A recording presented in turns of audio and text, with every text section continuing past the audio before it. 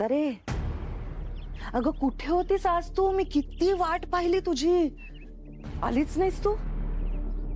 कुठल्या बिळात लपून बसली होतीस ग? आनंदी दिसतेस, पण विसरू नकोस, नियतीच्या पुढे काळ वेळ काहीच नसतं.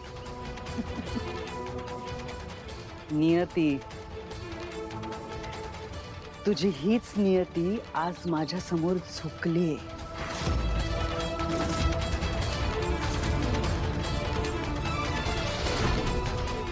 तुझा हाच अहंकार एक दिवस तुझा विनाश करेल.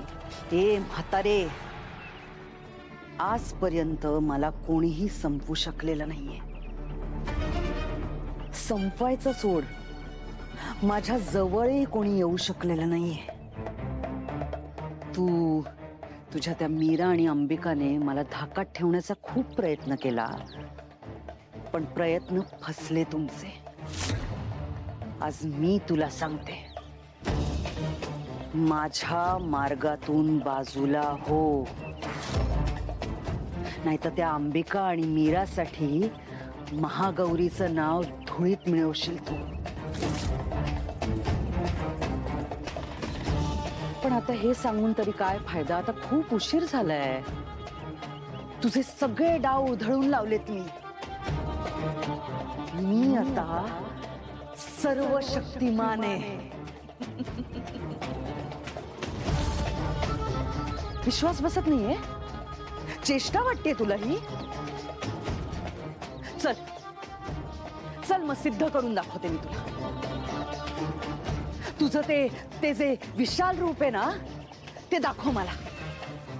मी नाही घाबरत त्याला. दाखव अगं, दाखव ना.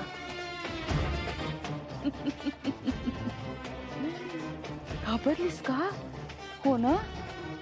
अगं, तुझ्या चेहऱ्यावर स्पष्ट दिसतंय ग. चल निघ आता. मला माझ्या कवड्या परत मिळाल्या. मला माझ्या कवड्या परत मिळाल्या. मंजिरी, मंजिरी, तू सर्वतोपरी आहे, सर्वतोपरी.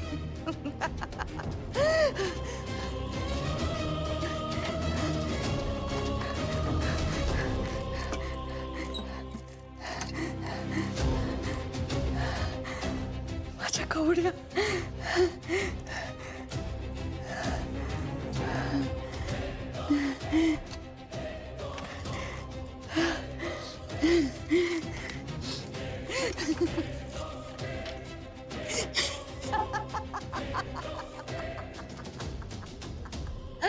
मंजिरी, तू करून दाखवलंस. तू करून दाखवलंस. तू तुझ्या कवड्या परत मिळवल्यास. मॅडम अशा का नाचतात? यांना भूताने पछडले का? माया, माया. आणि त्यामुळेच मंजिरीने आईचा आत्मा पुन्हा एकदा त्या कवडीमध्ये कैद केलाय. मी चुकले आजी, मी चुकले. मीरा, तू अगदी खरं बोलतेस. तुझी चूक झालीये. मी तुला आधीच सांगितलं होतं ना की भावनांवरती नियंत्रण ठेवता आलं पाहिजे, नाहीतर असे अनर्थ घडतात.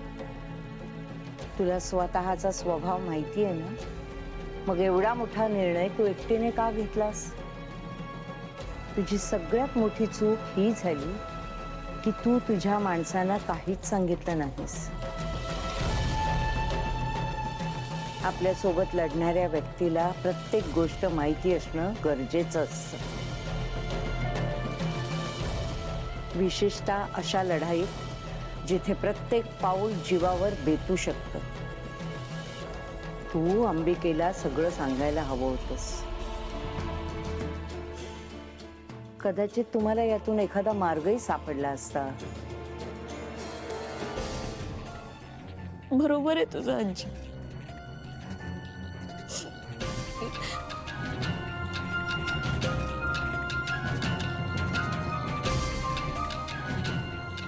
ताई, मी तुला सांगायला हवं होतं, पण मीरा, ठीक आहे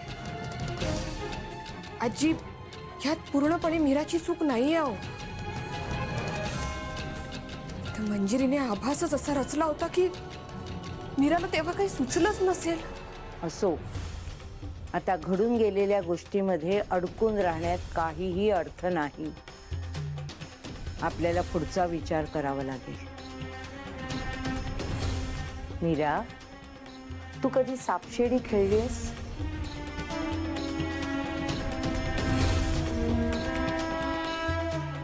हो आजी, पण त्याचा इथे काय संबंध?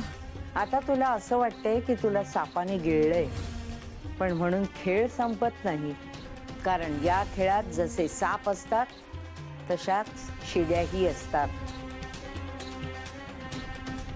काही काळ समोरच्याला वाटत राहतं की विजय त्याचाच आहे, पण कोणत्या क्षणी त्याला साप गिळेल आणि कोणत्या क्षणी आपल्याला शिडी मिळेल हे कोणीच सांगू शकत नाही. हा खेळ शेवटच्या चालीपर्यंत संपत नाही. पण आजी, आमच्या हातात आता काहीच उरलेलं नाही. नाही मीरा,